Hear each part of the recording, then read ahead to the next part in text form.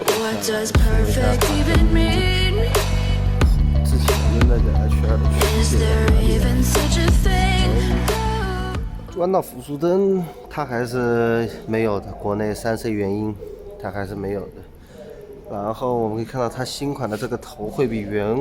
老款的那个会圆润很多，就圆很多。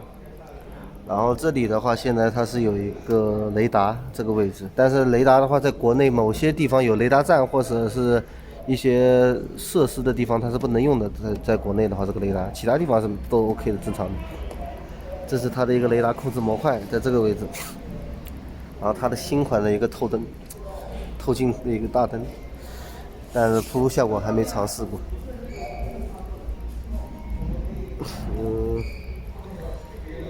好清楚的标志，车架结构跟以前是差不多的，但是，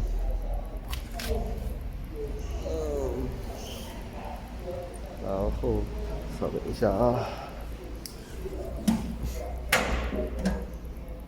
然后呢，这是它的一个后边的一个雷达的一个位置，在它的一个挡泥板这里，所以说它这个挡泥板你是基本上是不可能拆卸的。然后后摇臂，跟老款的差别不大，但是新款的这个有种类似于 J900R 这上面那种感觉，但是它不是那种硌的那种，就很圆滑的那种感觉，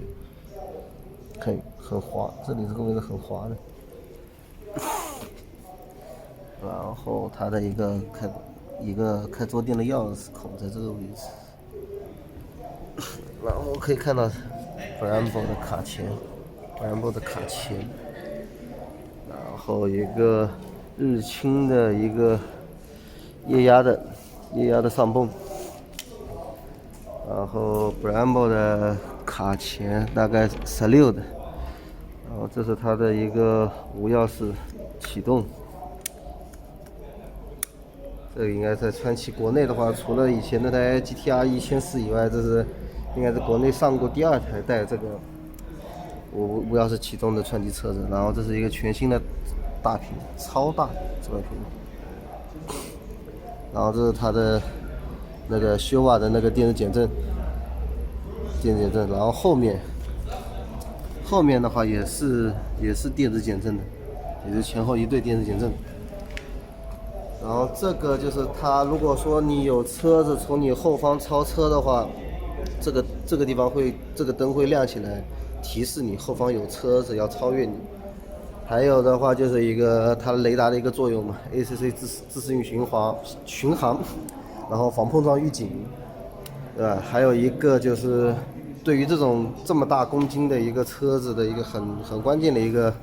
东西，就是一个上坡辅助，就是你在上坡停的时候，它的电控会帮助你在上坡停住，然后在启动的时候更好更平稳的启动。然后它的控制模块其实跟老款的相差不是特别大，控制模块。然后就是原厂比前的 H2SX 多了一个加热手把，也就是说这个就不是加装件了，就是原厂就自带的一个按键。SE 这款车的话，反正除了跟国外的区别就是在于一个弯道辅助灯，其他的话配置它是跟国外基本上是一模一样的，没有任何阉割。但是国内弯道辅助灯吧，由于3C 的原因，它没法进来，所有品牌的都进不来，这就没办法了这个东西。之前某个品牌进过一批，他是把灯给拆了，然后再进来，后来被人举报的。然后罚款罚的有点狠，然后原厂是自带的一块那个防滑贴，就油箱贴，然后这里原厂也自带了一个防滑的一个贴纸在这里的，这是原厂自带的。